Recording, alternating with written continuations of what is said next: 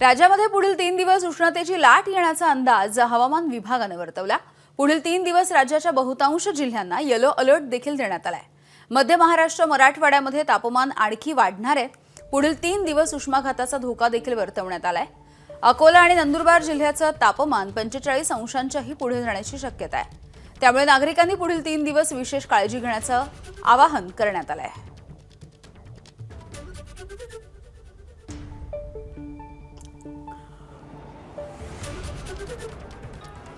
IMD विभागाचे scientist Sanap sir आहेत। Sir, आपण बघतोय पुण्यात सुद्धा काल 43 डिग्री इतकं टेम्परेचरची नोंद झालेली आहे। काय नक्की कारण आहेत आणि सध्या काय स्थिती आहे?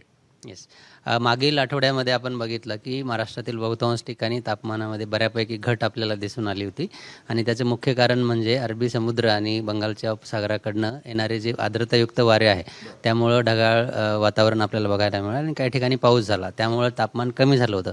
परंतु आता जर बघाल तर ज्या सिस्टममुळं किंवा ज्या हवामान प्रणालीमुळे हे सगळं होत होतं ती जी आहे ती विरली आहे किंवा वीक झाली आहे आणि ती पूर्वेकडे सरकली आहे आणि अशा परिस्थितीमध्ये आता आपल्याकडं निरभ्र आकाश आहे, आर्द्रतेचं प्रमाण कमी झालेलं आहे आणि त्यामुळे सूर्याकडनं येणारे जी किरणं आहेत ते थेट जमिनीवर पडत आहेत तीव्रतेने आणि त्यामुळे तापमान वाढत आहे। याबरोबरच उत्तरेकडनं येणारे जे नॉर्दर्ली विंड्स आहेत किंवा वारे आहेत ते सुद्धा उत्तरेकडनं हीट वाहून आणतात आणि मग ह्या दोन्ही कारणांमुळं आपल्या तिथे तापमान मागील 2 दिवसांपासून आपण बघतोय की बऱ्याच ठिकाणी 40पेक्षा जास्त गेलेलं आहे।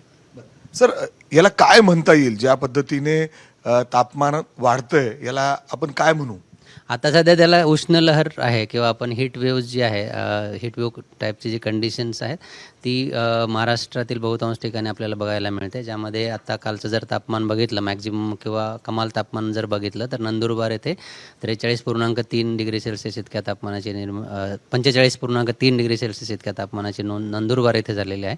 त्याबरोबरच बीड मराठवाड्याचं जर बघितलं तर 43 आहे आणि परत अकोल्यामध्ये जर बघितलं तर परत 45 डिग्री सेल्सिअस आहे आणि कोकण रिजन जर बघितलं तर तिकडे 36-37 डिग्री सेल्सिअसपर्यंत तापमान गेलेलं आहे। परंतु ते सुद्धा धोकादायक आहे कारण उष्ण आणि दमट वातावरण ज्या ठिकाणी असतं तिथे अनकम्फर्टेबल जास्त होतं, म्हणून तिथे सुद्धा आपण येलो अलर्ट दिलेला आहे। ABP माझा, उघडा डोळे बघा नीट।